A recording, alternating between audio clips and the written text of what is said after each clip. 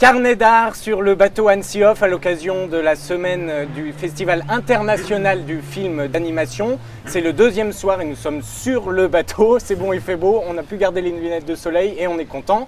Et ça commence maintenant.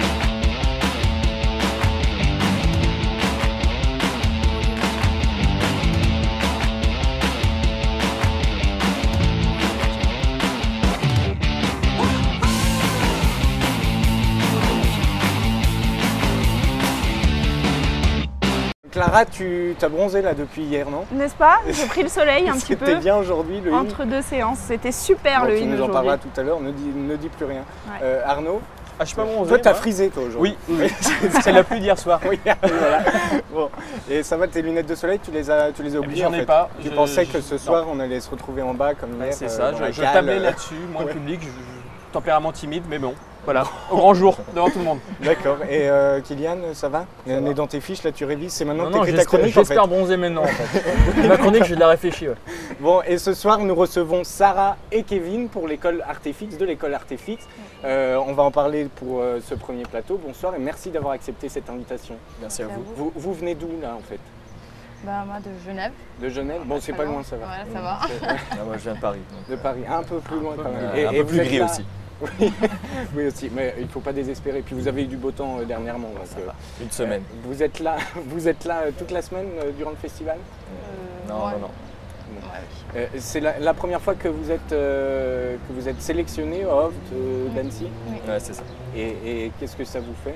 On en parlera tout à l'heure, mais On est content quand même. Ouais, carrément. ouais, j'espère. Quand même. Quand même, hein. Rien. Ça va, je reste tranquille. Bon, Clara.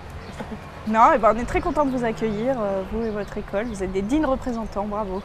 Merci. Merci. Pour présenter l'école, on va commencer par une petite vidéo qu'on va regarder, puis après on en parle, vous allez nous expliquer tout ça et nous raconter vos années passées là-bas. On Ça regarde.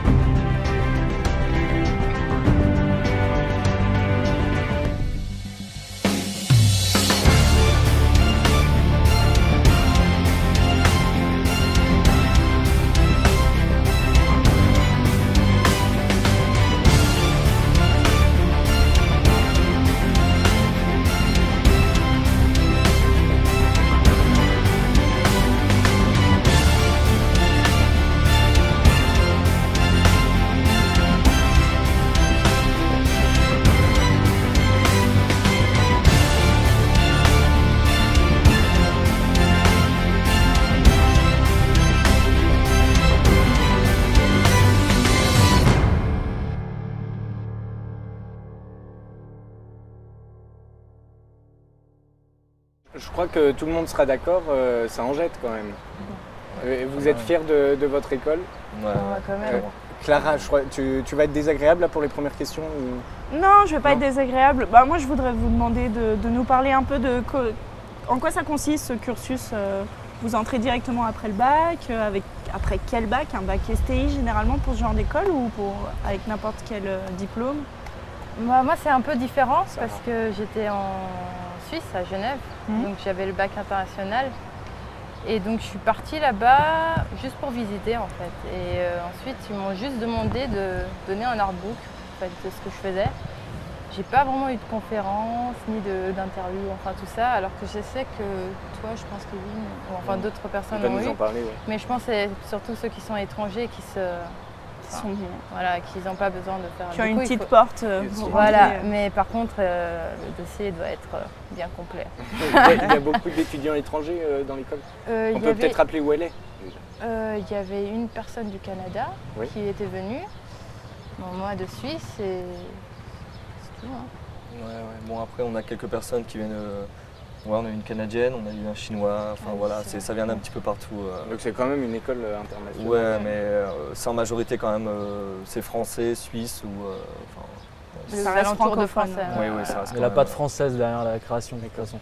non. Et vous, Kevin, comment vous êtes rentré dans- Moi, j'ai pas pu tricher vu que je viens de France, donc. En fait, moi, j'avais fait un BTS en programmation et j'ai voulu me réorienter vers quelque chose de plus graphique. Oui. Donc, j'ai fait plusieurs écoles et quand je suis arrivé à Artefix, donc il y a une sorte de mini concours et un entretien. C'est l'entretien qui est le plus poussé en fait. Et il y avait un côté assez convivial et le fait que c'était la seule école aussi qui faisait pas que de l'animation 3D mais aussi des VFX, donc incruster de la 3D dans des rushs filmés. Ouais. Et ça m'a plu par rapport à l'originalité. Et du coup, c'est pour ça que je me suis lancé dans cette école. Et ça, c'est une des particularités d'Artefix. Ouais, clairement. Comment vous dites VFX, c'est vraiment faire des effets spéciaux. Vous pouvez aussi bien faire que de la 3D Oui. ou filmer et incruster de la 3D dans ces films-là, D'accord. lorsque vous filmez avec des caméras. D'accord. Alors on en parle, mais elle est où cette école? Montpellier. Bon. Voilà. C'est une belle ville et il fait beau, plus qu'à Paris. Clairement. Clairement. Et plus qu'à Annecy quand même. Même si cette Ça semaine, on va, aura de la chance. c'est pas le bon exemple, mais ouais. Kylian, Oui, non, moi je pensais par rapport à Artefix, c'était par rapport en fait, au Festival In. On parlait souvent des films d'animation et je sais que la 3D, généralement la 3D et le FX n'est pas considéré comme des films d'animation. Il y a quelques litiges en fait. C'est une catégorie un peu à part. Vous pouvez nous en parler ou... C'est un truc.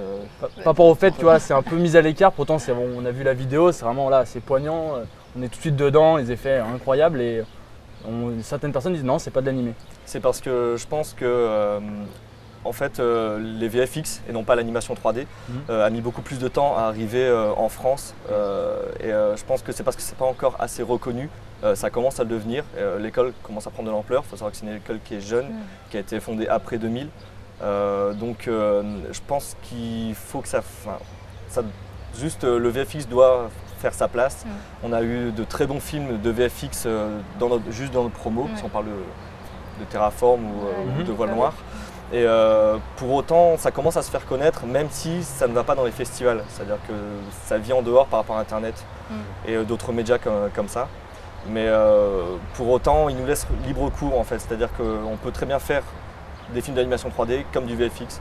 Donc après, c'est à nous de savoir ce qu'on veut en fait. Ce qu'on veut Vous viser. n'êtes pas encore reconnu parce qu'il y a dans Artefix, il y a art quand même. Donc vous n'êtes pas encore assez reconnu vis-à-vis des autres arts. ça c'est bien vu Kylian. Ça a été étudié la chronique, attention, je suis pas de votre gueule. Mine de rien, je pense que c'est pas totalement vrai dans le sens où même si on fait du VFX et qu'il y a de la technique, il y a quand même une recherche artistique dans ce que vous faites. C'est-à-dire que même si on fait du photoréalisme, il faut comprendre comment ça marche pour pouvoir le reproduire. Et je pense que là-dedans, il y a déjà un minimum de domaine artistique. Une conscience Il y a Parce un que œil, le VFX vient des États-Unis. c'est là-bas que c'est né, ouais. Et est-ce qu'on peut citer un précurseur de cette méthode-là ou un film, même pas forcément une Star personne. Wars, ILM par exemple. Oui. ILM, c'est la société de George Lucas qui a fait évoluer les effets spéciaux. Bien sûr, il n'y a pas que ILM, mais il y a plein d'autres studios comme ça. Mais si on devait juste en citer un, enfin moi je sais pas, je dirais pense ça. ça me En Oui, quelques d'accord. points clés, est-ce que vous pouvez nous décrire les étapes de création d'un film VFX? Vas-y, je parle beaucoup depuis tout à l'heure. Ah, les Allez-y. étapes. Bon, en fait, c'est assez proche aussi des films d'animation. On commence par tout le temps des idées, on fait un brainstorming. Et puis ensuite, le storyboard. Déjà, ça, c'est partout, c'est la phase importante. Ensuite, les personnages. En fait, ce qui est plus compliqué en fait, dans les VFX, c'est vraiment que tout ce qu'on va créer n'existe pas tel quel. Enfin, Vous partez de zéro, en fait. Exactement. La plupart du temps, on fait sur fond vert. Donc tout ce qui sera vert, on doit s'imaginer que ça sera plus vert. Il y aura une montagne ou il y aura comment. C'est difficile ça, d'imaginer ça? Assez. Enfin, justement, grâce au storyboard, on peut plus ou moins savoir comment sera plus ou moins Le décor. le décor, voilà. Mais il faut dire pour les acteurs, rien que pour les acteurs, dire tu vas t'imaginer qu'en fait là il y a le petit caractère Toon qui va venir te sauter dessus. Enfin, c'est un peu. Enfin, il faut vraiment être assez. Dès le début, savoir exactement ce qu'on veut faire parce qu'une fois que le tournage est fait, déjà on n'a pas le temps de perdre du temps. Oui. Donc c'est direct, on sait ce qu'on doit faire et c'est ça qui est plutôt difficile dans les VFX. Donc, contrairement aux idées préparé avant. reçues, il y a une énorme direction d'acteurs finalement dans Oui, l'Artefix. alors là, je me rappelle pour Virus, on a pris vraiment énormément de temps pour préparer en fait. Ça nous a pris 2 mois, je pense, pour tout ce qui est les acteurs, faire en sorte qu'ils savent déjà avant que le tournage se fasse comment seront les toons, les dimensions, l'autre est plutôt lourd, moins lourd, des petites marionnettes, enfin tout ça il faut... Et vous y êtes préparé ça, la direction d'acteurs dans l'école Artefix? Non, mais... Elle est bien cette école. oui, mais c'est ça qui est... Non, mais ce qui est bien, c'est qu'on est quand même aidé. On n'est pas tout seul. Il y a les professeurs qui sont avec nous. Nous, on avait tout le temps 2 professeurs qui étaient là. Et ils nous conseillent attention, n'oubliez pas pour le tournage, vous savez qu'il y aura ça, il y aura ça, il y aura ça. Et puis, ah oui, je dois noter ça. Donc on nous aide quand même. Hein. Et donc après le tournage, qu'est-ce qui se passe? Après le tournage, c'est là où il y a le dérush. Donc c'est le moment où... Le plus excitant. Voilà, donc savoir ce qui est bien et pas bien. D'où le script durant le tournage est très important, parce qu'on note chaque truc, chaque prise bonne, pas bonne, combien de temps. Ça c'est intéressant parce que ça nous aide beaucoup pour le dérush. Et ensuite, c'est là où on commence à... Attaquer la technique. Attaquer, ouais. C'est nous, on a, à l'école, on n'est pas que notre groupe, on a des freelances aussi qui nous aident à... Parce que par exemple pour un film court-métrage, vous citiez Virus tout à l'heure, vous êtes combien à travailler dessus? Justement, nous on était 4 de base pour créer le film, seulement qu'on a des aides aussi. D'où les freelances qui viennent... nous on a eu beaucoup pour... Alors c'était... Bon, pour l'animation bien sûr, pour le plan final où c'était vraiment full 3D et... aussi des effets dynamiques, enfin tout ce qui est effet explosion et tout ça. C'est un travail de fourmi, quoi. C'est vraiment tout le monde se met dans le projet. Justement, il faut régler aussi l'horaire des gens parce que comme ils sont freelance, ils aident aussi d'autres projets. Ouais. Donc on avait une sorte de planning et tout ça. Donc c'est super important en fait, tout ce qui est avant tournage. Alors, c'est... et puis bon, je vais vous faire parler, vous l'avez compris, de la création 3D pure. Comment ça se passe? Qu'est-ce qui se passe du coup après le dérush? Est-ce que ça se passe sur tablette graphique? Est-ce que vous dessinez beaucoup d'éléments? Comment est-ce que vous faites Nous on a vu la vidéo, on a vu notre jingle après, on se dit comment on va faire après ça. En fait, il faut savoir que genre les exercices comme le jingle, on fait en première ou deuxième année. Donc quand on arrive en troisième année, c'est normal qu'on puisse faire des choses plus poussées, c'est dans la logique. Étant donné que Sarah vous parle de VFX, c'est-à-dire incruster de la 3D dans ce qu'on a filmé. Moi j'ai fait plus un film full 3D, donc je pense que j'ai plus parlé de ça. Donc comment créer la 3D, c'est simple, c'est comme toutes les autres écoles, comme toutes les autres écoles d'animation 3D. C'est simple, vous faites des concepts, donc c'est vraiment du dessin, de la 2D, c'est pour ça qu'il faut avoir un minimum d'aisance en dessin. En sur papier. Voilà, en graphisme, oui, sur papier. Même en première année, on a des cours de sculpture, de peinture pour vraiment avoir une sensibilité. Les maquettes. Et tout. Voilà, exactement, comment dire, au volume, à la lumière, etc. Et parce qu'au final, ce qu'on fait sur ordinateur, c'est ni plus ni moins la même chose que ce qu'on fait sur une feuille de dessin ou quand on sculpte. Et donc en fait, par rapport à ce que vous demandiez tout à l'heure, c'est un mélange en fait de par exemple les textures, donc la matière, etc. On va le faire sur tablette graphique, alors que d'autres choses, on va les faire sur des logiciels comme Maya, où là, on va vraiment créer le volume. La lumière, c'est pareil. Donc tout ça, c'est découpé en diverses étapes, telles que le modeling, texturing, le lighting, le rendu et le compositing. Donc, voilà, ça, c'est les termes techniques. Mais et qu'est-ce qui fait la différence, par exemple, entre un film d'animation en 3D à gros budget, où vraiment les textures, elles sont très, très sensibles, on a l'impression que le poil est soyeux, etc. Qu'est-ce qui fait que dans des films d'étudiants, on a l'impression d'avoir une boule de laine absolument dégueulasse? Parce qu'on est beaucoup moins. Il faut savoir que, par exemple, on prend un film au hasard. Vous voulez me citer un film Je crois que tu as une idée. Non. Blockbuster. Oui, un blockbuster. Un blockbuster. Moi, je suis méchant. Non, par exemple, il y a Rebelle l'année dernière, la chevelure de la petite fille m'a Oui. vraiment fascinée. Bon, alors ça, faut savoir que c'est des très grosses équipes, c'est quand Ouais, même. bah, bien sûr, c'est Mais des- là, en fait, du il veut budget étaler énorme. sa culture parce qu'il dit prends n'importe quel film. c'est pas vrai. N'importe quel. Non, c'est pas ça, c'est juste une démonstration par l'absurde dans le sens où si forcément vous avez 300 graphistes qui sont confirmés, que vous avez de l'argent, du temps, Du temps, et à côté vous avez 3 graphistes apprentis, voilà, Qui c'est font, normal, on est d'argent, des pas de Pour la étudiants. base. Bah voilà, c'est ça. Et, bon, c'est normal qu'il y ait une marge, sinon Ouais, puis le coût du matériel, vous ne devez pas tourner sur des petits ordinateurs portables. non, ça c'est Vraiment sûr. des, Si vous voulez plus votre 3D poussé, plus il vous faut des machines Des pour les bécanes calculer. qui suivent. Ça c'est Et, sûr. une des particularités du film d'animation par rapport au film de fiction traditionnel, c'est qu'il y a beaucoup de réalisateurs sur un film. Mhm. Alors, pourquoi Tu veux en parler ou... Non, c'est plus dans tes lumières. Parce que dans le film d'animation, le réalisateur n'est pas forcément le dessinateur. Tout à fait, dans le sens où, par exemple, là je suis dans un studio où en effet il y a plusieurs réalisateurs, et tout simplement parce que, bon déjà, il y a les producteurs qui peuvent être dans un pays et le studio qui peut être réparti dans plusieurs pays, donc chacun a sa tâche, et comme on expliquait en fait, la 3D ça demande beaucoup de main d'œuvre, et du coup, vraiment que chaque département soit spécialisé. Donc à partir de là, on va prendre des spécialistes qui vont savoir jauger à leur niveau la qualité du travail effectué. Et comment on se débrouille du coup? Parce que un film d'animation, vous l'avez dit, c'est recréer un monde. On n'a pas vraiment d'ancrage référentiel, à part Artefix qui est quelque chose de plus spécifique. Mais comment on se débrouille pour avoir une vision unaire alors qu'on est encore plus nombreux qu'un film normal?